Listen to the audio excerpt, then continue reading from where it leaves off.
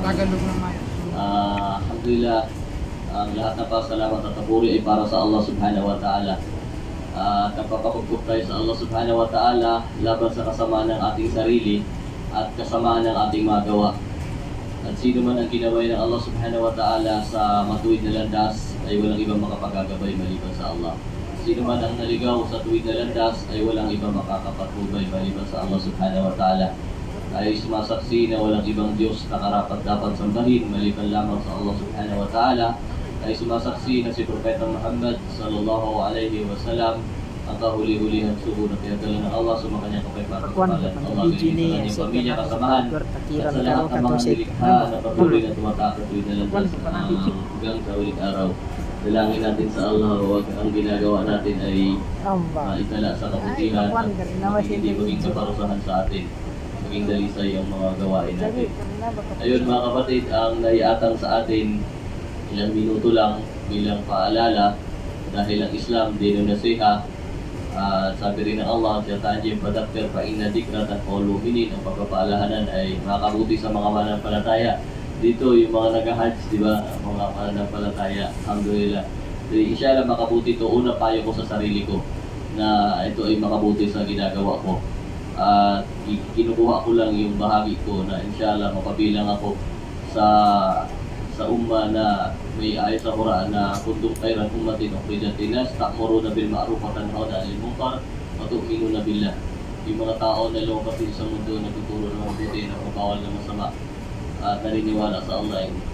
Inshallah yung konting bahagi nun, inshallah makasama ko sa mga syakor dito, mga kapatid dito na alhamdulillah ginagawa na inshallah sa napakahalagang araw na kung saan ginagawa natin yung napakalaking pag-iibada sa Allah subhanahu wa ta'ala.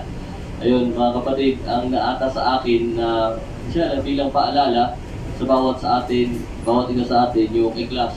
Hindi ko kayang i-explain to kung gaano kahalaga to. Dahil mahigit na makakapagbigay ng higit na paliwanag dito.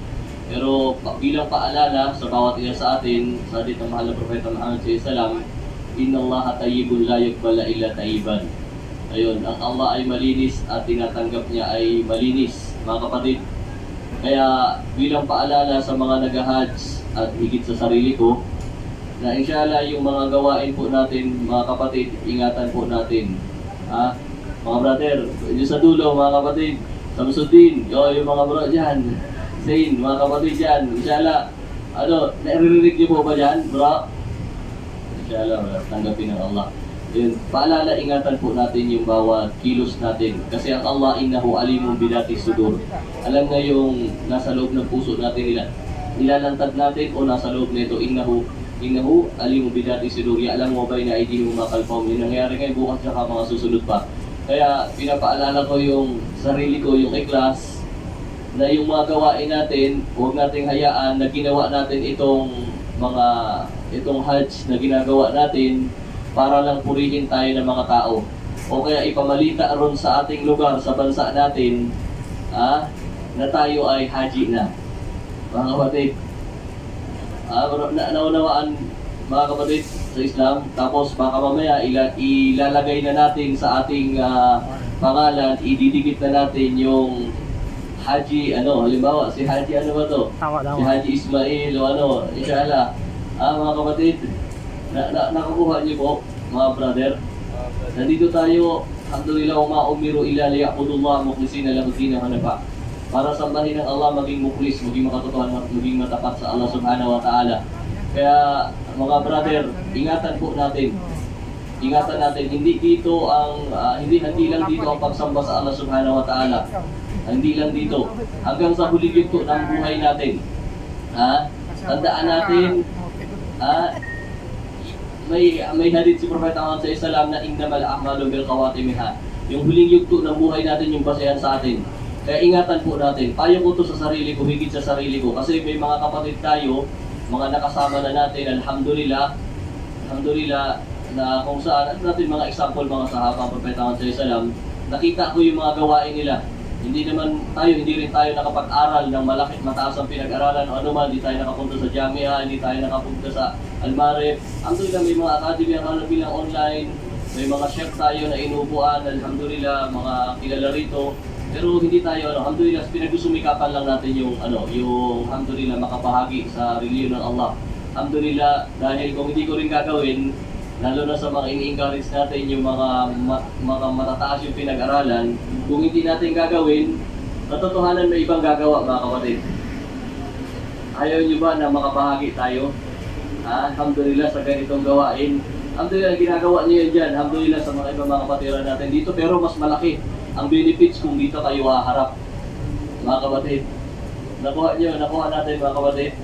Kaya, alhamdulillah, pinapayo ko sa sarili ko na inshallah gawin natin yung tungkulin natin sa Allah subhanahu wa ta'ala.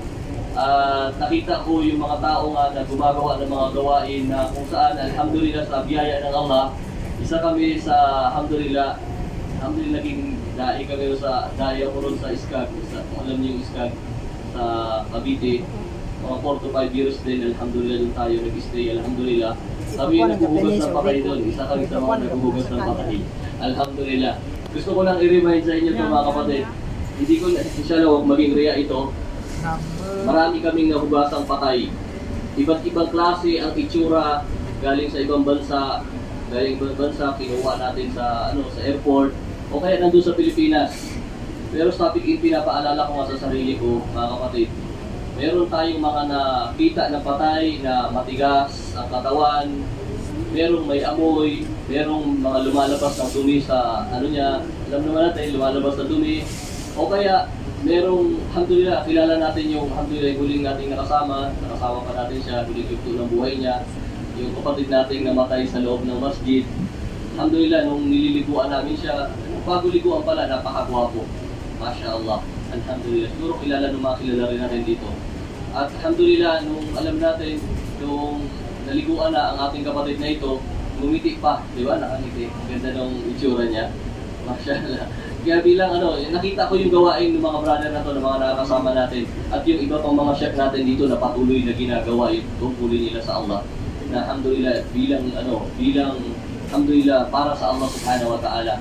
At meron din akong na-experience, mga brother, inshallah ipaalala ko lang, siya depende siguro sa niya talaga ng tao, yung gawain niya. At meron kaming nakasama rin o napaliguan na hindi ako makatulog. Halos dalawang araw o higit pa, nakikita ko yung itsura niya na parang hayop ang itsura. Hindi inaano ko, ini-encourage ko, inaano ko na kayo. Dahil, subhanallah, depende siguro sa gawain natin. Depende sa layunin natin yung sinasabuhay natin bilang pagsamba natin sa Allah subhanahu wa ta'ala. Kaya nakita ko yung itsura nun, yung sitwasyon ng pagkamatay niya, paano ginawa sa kanya. Tapos yung itsura niya, parang mukhang hayop, mga kapatid. Hindi ako, wallahi, nakita ko sa akin mismo kasi kami ang naghugas yun. Nung brother na yun, na ang kapatid niya ay kasama ng kilalang Arabs dito na nakatulong ng malaki sa alhamdulillah sa larangan ng dawa. At kami yung nag-ayos nung alhamdulillah nung katawan ng brother na yun. Na malapit din sa ISKAG na matay yung brother na yun. Nanahawa ng panong gawain niya, pero may background, ayoko na sabihin, yung gawain ng brother na yun, siya ay kung naging lila siya o naayos niya yung sarili niya o talagang sa punto niya pagkakilala sa Allah, patawarin pa rin siya ng Allah.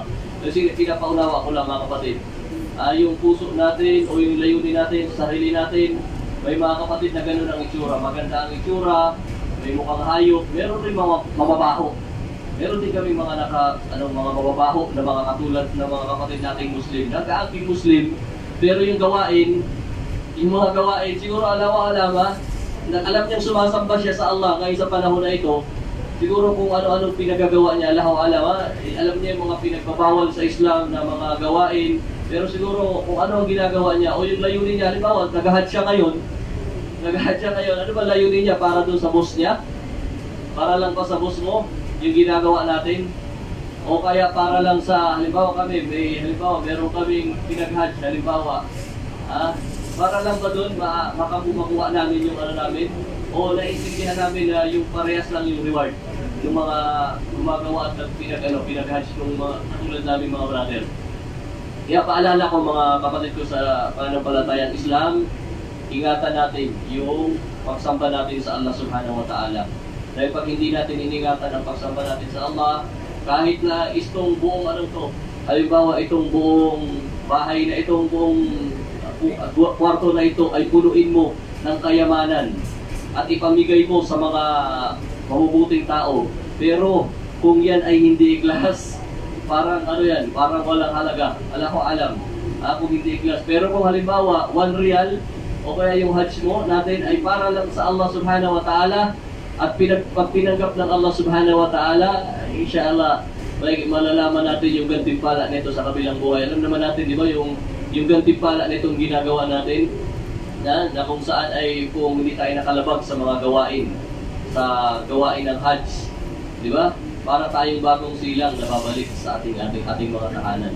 Kaya inshallah siguro Allahu alam kung ano man ang sabab nito, na binigyan tayo ng pagkakataon ng Allah bilang pag-i-encourage lang sa mga kapatid ko Muslim. Alhamdulillah, inshallah maging riya ang mga gawain natin. Subhanakallah wa bihamdik, asyhadu an la ilaha illa anta, astaghfiruka wa atubu ilaik. Assalamualaikum warahmatullahi wabarakatuh. Waalaikumsalam.